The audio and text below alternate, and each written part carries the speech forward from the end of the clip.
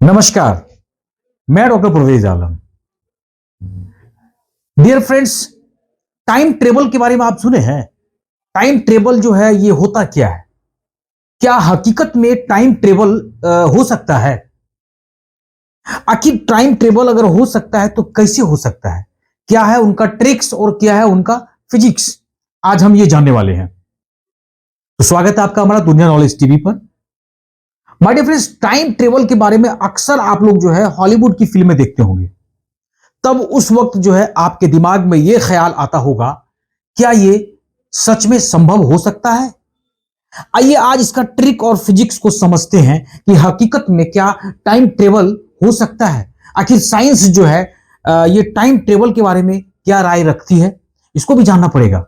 क्या सचमुच भविष्य में जो हमारे जो जनरेशन के जो लोग होंगे, क्या आने वाले समय में क्या वो टाइम ट्रेवल करके क्या किसी भी युग में जा सकते हैं?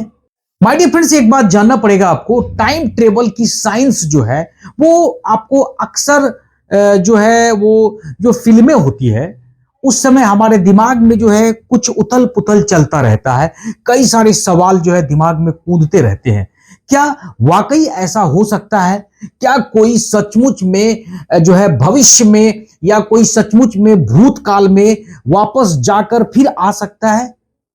हमारे फ्रेंड्स, जब हम इस विषय पर दूसरों से बात करते हैं तो अधिकांश लोग जो है इसे साइंस फिक्शंस बताकर खारिज कर देता है।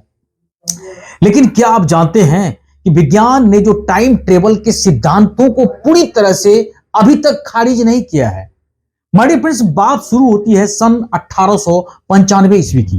जी हाँ, जो सबसे पहले जो है इस बात का जिक्र हुआ था, टाइम ट्रेवल यानी कि अर्थात समय यात्रा। इसके बारे में शुरुआती बातें अगर किया तो 1895 ईस्वी में प्रकाशित किया गया एक मैगजीन है, एक उपन्यास है, उसका नाम है द टाइम मशीन।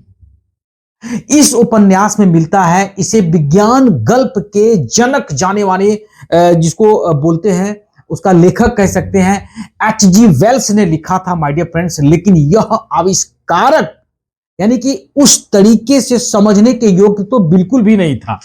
साहित्य और सिनेमा के क्षेत्र में टाइम ट्रेवल की जो अवधारणा होती है कुछ वैज्ञानिक सिद्धांतों पर भी आधारित रही है। इस सिद्धांत की व्याख्या करने वाले महान साइंटिस्ट जिसको कह सकते हैं हम लोग आइंस्टीन, उन्होंने दुनिया को अपनी सापेक्षता के सिद्धांत से निश्चित तौर पर परिचित भी कराया है। टाइम ट्रेवल की सोच को समझने के लिए सबसे पहले तो आपको यह जानना पड़ेगा जो उसका रिलेटिविटी होती है, यानी कि उनके सिद्धांतों को समझना सबसे जरूरी होता है।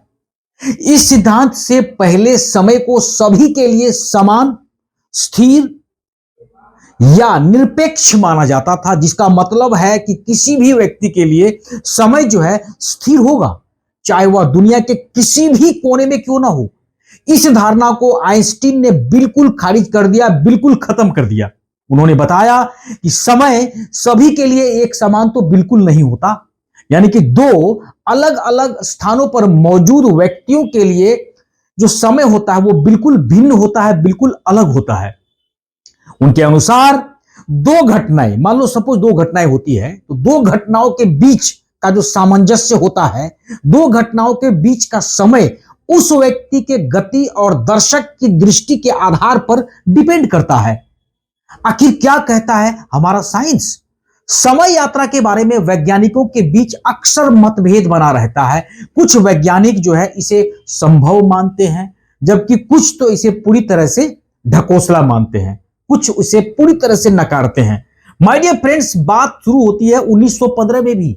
जी हां, 1915 में अल्बर्ट आइंस्टीन ने सापेक्षता के सिद्धांत के द्वारा एक नई दृष्टिकोण प्रस्तुत किया। उन्होंने समय और गति के बीच जो है इस संबंध को स्पष्ट कर दिया। समय और गति के बीच का जो बिल्कुल स्पष्ट कर दिया जो उनका संबंध होता है। उन्होंने यह बताया कि समय एक गति से तो बिल्कुल नहीं चलता है, बल्कि पूरी तरह से गति यानी कि स्पीड पर आश्रित होता है।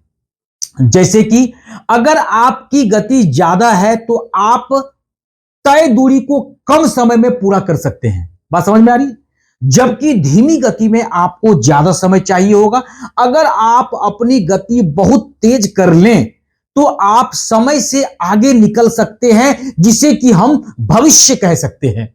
जी हां डियर फ्रेंड्स, यूनिवर्स में घट रही जो हमारा आकाश गंगा है, जो हमारा अंतरिक्ष है, यूनिवर्स में तमाम तरह की जो घटनाएं घट रही होती हैं, उन चीजों की एक निश्चित स्पीड होती है, उन चीजों की एक निश्चित स्पीड लिमिट होती है। जैसे कि जो प्रकाश होता है, लाइट की स्पीड है 299, लाइट की स्पीड है 792, लाइट की स्पीड है 498 ms, यानी कि लाइट की स्पीड से अधिक तो नहीं हो सकती।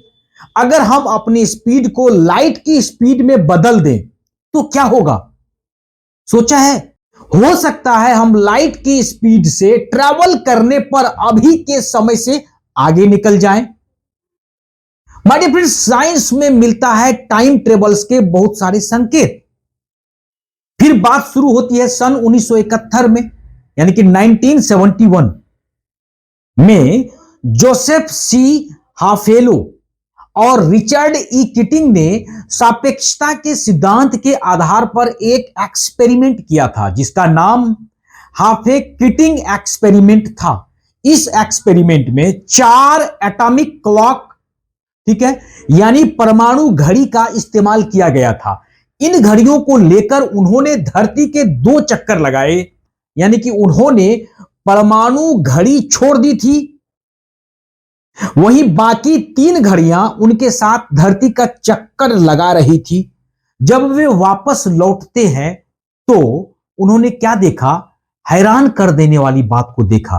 उन्होंने अपनी ऑब्जर्वेटरी में एक परमाणु घड़ी छोड़ दी थी, वहीं बाकी 3 घड़ियां उनके साथ धरती का चक्कर लगा रही थी। जब वे वापस लौटे तो उन्होंने ये पाया कि चारों घड़ियां की टाइमिंग जो है वो अलग अलग थी। इस एक्सपेरिमेंट के बाद एक बात तो साफ हो गया था कि अगर हम अपनी स्पीड को बढ़ा लें तो हम समय से आगे बढ़ सकते हैं, यानी कि निश्चित तौर पर भविष्य में भी जा सकते हैं। हालांकि अभी तक शायद विज्ञान हमारा जो है उतनी तरक्की नहीं कर पाया है जिससे हम समय की गति से आगे निकल सके, लेकिन भविष्य में ऐसा बिल्कुल हो सकता है। आई होप दोस्तों वीडियोस अगर आपको अच्छा लगता है तो नॉलेज के लिए ज्यादा से ज्यादा वीडियोस को लोगों को शेयर करना है। हमारे वीडियोस पर बने रहिए और दीजिए तब तक विदा अगले वीडियोस के लिए। जय हिंद, जय भारत।